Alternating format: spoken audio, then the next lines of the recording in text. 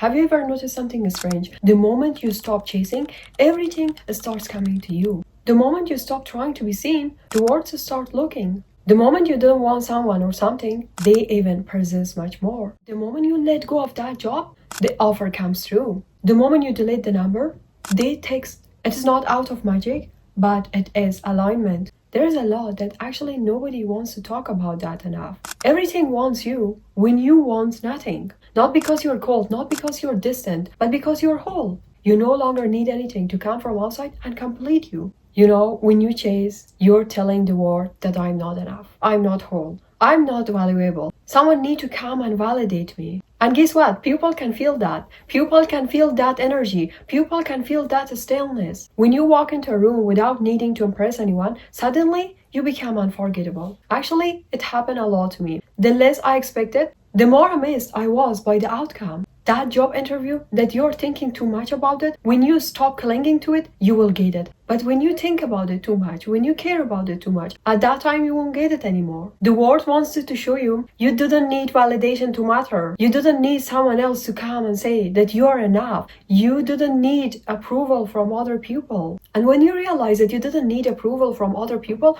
you stop shrinking. You stop trying. You are, and that energy, that is the power. The more you chase, the more you repel. Because desperation smells, neediness leaks. It whispers, I'm not enough without you. That job, that person, that thing, you think it proves your worth. But you know when you sit still in your truth, calm, centered, unshaken, the world takes notice. That is when the calls came in, the opportunity shows up, the person appears. The thing you thought you had to chase starts chasing you. Because you let go. Not out of fear, but out of trust. You trust yourself, you trust the timing, you trust what is meant for you will recognize you. Not when you're desperate for it, but when you're ready for it. Never ever forget this. What is meant for you will never miss you. What is truly yours will never need to be chased. It will never miss you. It won't detour. What is meant for you can't be destroyed. The people you're meant to meet, you will meet them. The things that they are meant for you, you will find them. They will knock on your door. Walk right in. You don't have to chase, beg, or break yourself to receive the things that they are meant for you. And if something isn't for you, no matter how hard you try, no matter how much you force, even if it breaks you, you won't get it at the end. Because that thing is not meant for you. That is the difference. When something doesn't work for you, don't cling to it. Don't try to bend yourself into pieces to just fit in. Let it go, because what is meant for you, it never need to be forced. What is yours, it will arise in its own time, not when you're anxious, but when you're aligned. Why the desperation? Why you need to force? Why you need to chase? Why you need to prove? You know, when you trust yourself, when you trust the timing, you stop running toward life and start receiving it. You stop living in the tension of what if, and start living in the peace of what is. What is meant for you will know you, not by your striving, but by your stillness. So breathe, let it come. You are not behind, you are not forgotten, you are not empty, you are becoming. And what is meant for you is becoming ready too.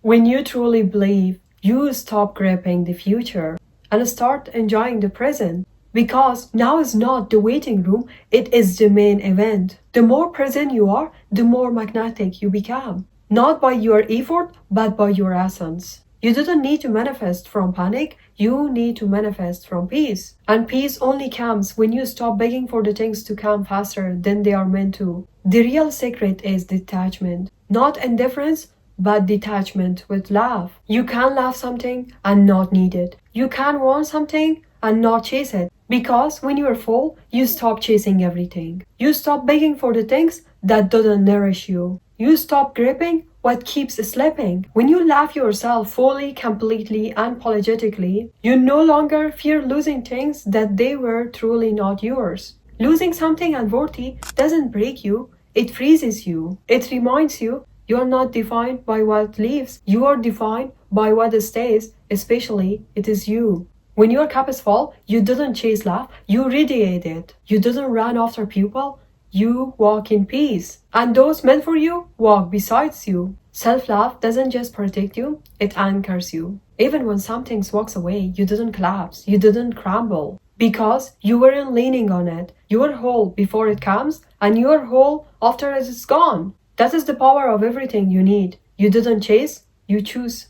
When you love yourself 100%, anything that comes less than that, you won't accept it. You only accept the level of love that you love yourself. And also, you won't chase 30% of love when you see it somewhere. Because you're whole and everything that comes need to be whole, otherwise you won't accept. When you let go of control, you stop grasping at the things that they were never yours. And when you walk in peace, you attract everything that thrives in it. The job, the love, the clarity, the vision, the healing, all of it becomes a mirror, reflecting the version of you that finally remembered, I didn't chase, I choose. And what is mine will know how to find me. Don't rush the seasons, don't force connection, don't chase the things that is running. Let it go and return to yourself, because energy doesn't lie.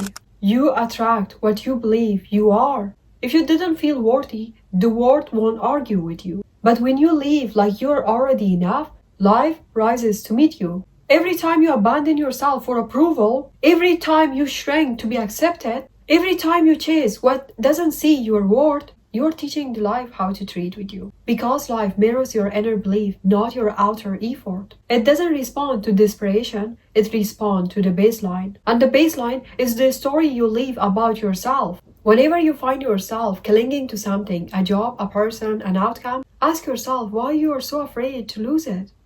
You know, most of the time, it is not out of love, it is out of fear. Not because it is everything, but because you're believing you're nothing without it. You cling not from confidence, but from insecurity. Because deep down, you have these inner voice that telling you you are not enough without them. You didn't believe you deserve it. You didn't fully believe that you can find it again. And that is why you cling more tighter, and that is why you don't want to let it go. Because you believe you didn't deserve it. Because you believe that you won't get it again. You believe that whatever you have right now, it is enough. You didn't deserve more. That is why you give yourself these limiting belief that you cannot have the same thing in the future. But what if you can have more better than these? If you truly trust yourself, if you truly believe yourself, you won't beg anything to stay. You won't perform for love. You won't settle out of fear. Stop worshipping what you fear to lose and start becoming someone who doesn't fear to lose. Because even if you lose it, you will get a better one. Stop convincing people to choose you and choose yourself, because at the end of the day, the only person that you have is you. Don't chase love, start becoming love. Stop running after the things and start becoming someone the things run to. You are the source, you are the whom, you are whole. The rest, it is just alignment catching up. Now, let go of all of the things that you're clinging to. The moment you let go of all of these things, that moment you tell the universe that I'm ready to take what is mine. And God at that time will provide you much more